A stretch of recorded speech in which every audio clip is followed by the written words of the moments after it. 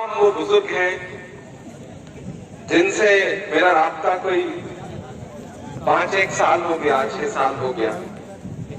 जब मैं पहली बार इस दयार में हाजिर हुआ था, मैं किसी और प्रोग्राम के लिए मेवात आया था और मुझे वो शाम याद है कि देर हो चुकी थी। तो मेरे वालिद साहब का मुझे प्रतापगढ़ से फोन आया कि आप वहां गए हुए हैं। मेरे पास हमारे प्रतापगढ़ के कोई एक साथी हैं जो इस मदरसे में हजरत से जुड़े हुए हैं। तो उन्होंने मेरे वालिद साहब को फोन किया कि अगर मेवात आए हैं, भरतपुर के आसपास आए हैं, तो मील खेड़ला मदरसे में एक बार जाना चाहिए। मेरी बदनसीबी ये थी कि मैं तब तक इस मदरसे से बिल्कुल वाकिफ नहीं था। मैं नहीं जानता था कि यहाँ कोई इस तरह का मदरसा है। बहुत देर हो चुकी थी। रात में मेरा ख्याल है कि मैं 11 बजे, 11:30 बजे के आसपास आपके इस दयार में आया था पहली बार।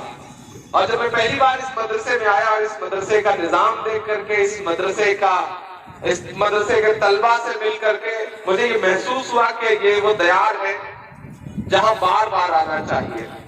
और उसके बाद मुझे याद है कि फिर 2018 शायद में एक बार फिर आपके बीच में आया और इस मिट्टी ने जो दुआएं दी, उन दुआओं का सदका ये रहा कि इस बार आया हूं तो सांसद बन के आया हूं।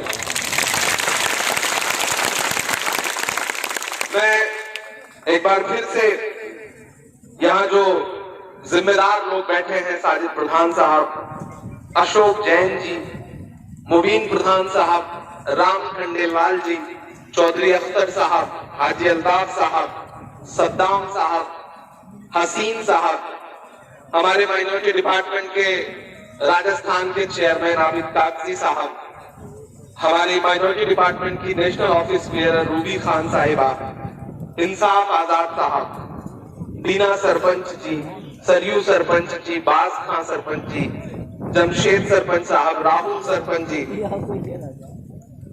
महमूद साहब जी, जमशेद जी, इन तमाम लोगों की मौजूदगी को सलाम करता हूं। बाकी जो दिल्ली से मेरे साथ माइनॉरिटी डिपार्टमेंट के साथ ही आए हैं, मेरे साथ ही आए हैं, उनका भी शुक्रिया अदा करूंगा कि रात की आखिरी पहर यानी बहुत सुबह उठ के वो तैयार हुए और सुबह 6 बजे से मुझे लेकर के निकले। और रास्ते में चूंकि कई जगह इस्तकबाल था, स्वागत था, तो लोगों से मिलते मिलाते हम लोग वक्त पर यहाँ पहुंच सके। मैं अपनी बात शुरू करूं उससे पहले अख्तर साहब ने शायद ये मुतालबा किया है कि यहाँ पर एक बिजली घर